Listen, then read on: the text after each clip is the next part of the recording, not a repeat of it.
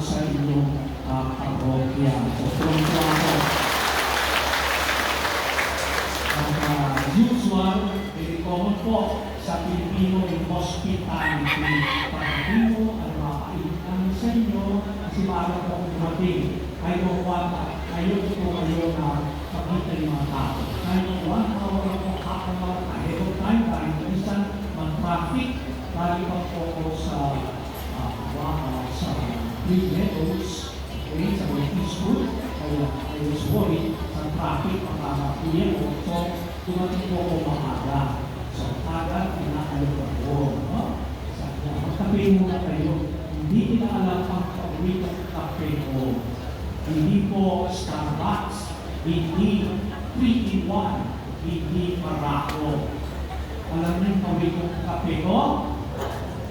Kapele kayo.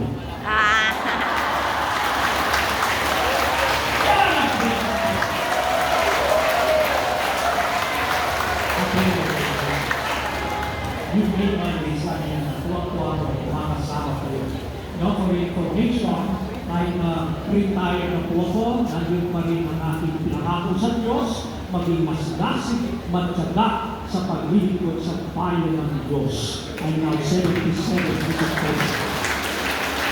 Okay? So, salamat po sa inyong pakikisa at magpasalamat tayo kay Father J sa maraming na ibalangkas, ginawang programa para maging makahulugan itong first time na pipis na natin after 31 years, January, itong araw nito, na 15, ano? At hindi naman po ang pagpipis na ngayon, ngunit sa mga 8 apparitions po na tatapos sa March 2, may mga activities tayo. Diba? Kapag sa Apparition Day, meron po pagdarasal sa pagkain sa harap ng imahe natin mahal na ina, at kahit na gabi, sarado, at 11.5 years old, 1933.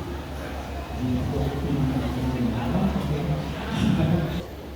maglulong sa Israel, yun po, yun ang namatay ating pag-arasal. Ang pagdarasal ay pakipagtignan sa Diyos.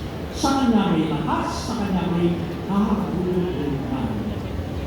Tapos ito po, talaga, malulong tayo lumawa.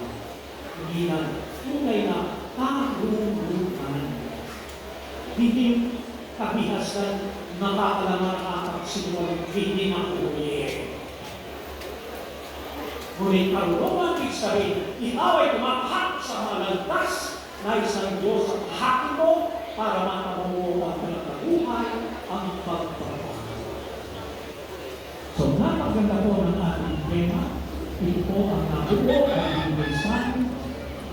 Maria, ina ng mga tukha, gabay at tanglaw ng mga lakbay at asa.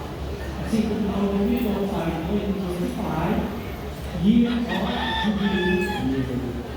Nag-isa tayo sa inang simbahan. So, napaganda po, ina ng mga dukha. Nagpapalala sa atin.